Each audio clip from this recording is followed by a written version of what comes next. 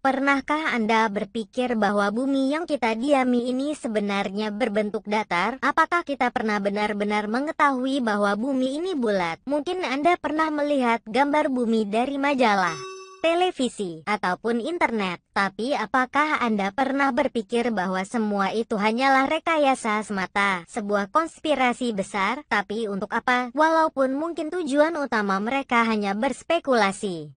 Tapi teori yang paling disukai adalah bahwa keuntungan finansial, singkatnya, secara logis akan lebih murah membuat misi palsu keluar angkasa daripada benar-benar membuat misi itu nyata. Sehingga konspirasi ini berupaya mendapatkan pendanaan palsu untuk NASA dan badan-badan penelitian luar angkasa lainnya yang menerima dana miliaran dolar dari pemerintah. Gambar di atas merupakan peta bumi yang dibuat orang pada masa lalu. Bumi merupakan sebuah piringan datar yang dikelilingi oleh tembok es yang sangat tinggi yang dalam versi kita disebut kutub selatan. Itulah apakah ada orang yang bisa melakukan perjalanan terus-menerus ke selatan dan bisa sampai kutub utara. Tengah-tengah bumi itulah yang disebut kutub utara.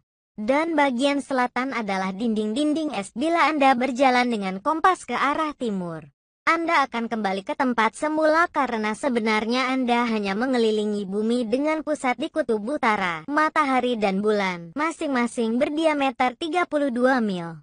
Berputar di ketinggian 3000 km di atas permukaan laut. Ketika mereka menyinari, mereka hanya menerangi tempat-tempat tertentu. Ini adalah efek perspektif. Matahari hanya menjauh dan sepertinya menghilang karena semuanya menjadi lebih kecil, dan akhirnya terlihat hilang karena pada posisi lebih jauh. Hal ini menjelaskan mengapa ada malam dan siang hari di bumi, sedangkan bintang-bintang dan benda langit lainnya berada di ketinggian 3100 km di atas permukaan laut.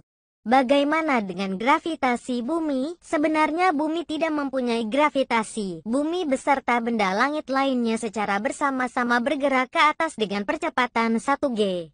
Itu juga yang menjelaskan kenapa massa suatu benda tidak berpengaruh terhadap kecepatan jatuh ke bumi. Bumi itu datar. Kita hidup dalam konspirasi tingkat tinggi dunia.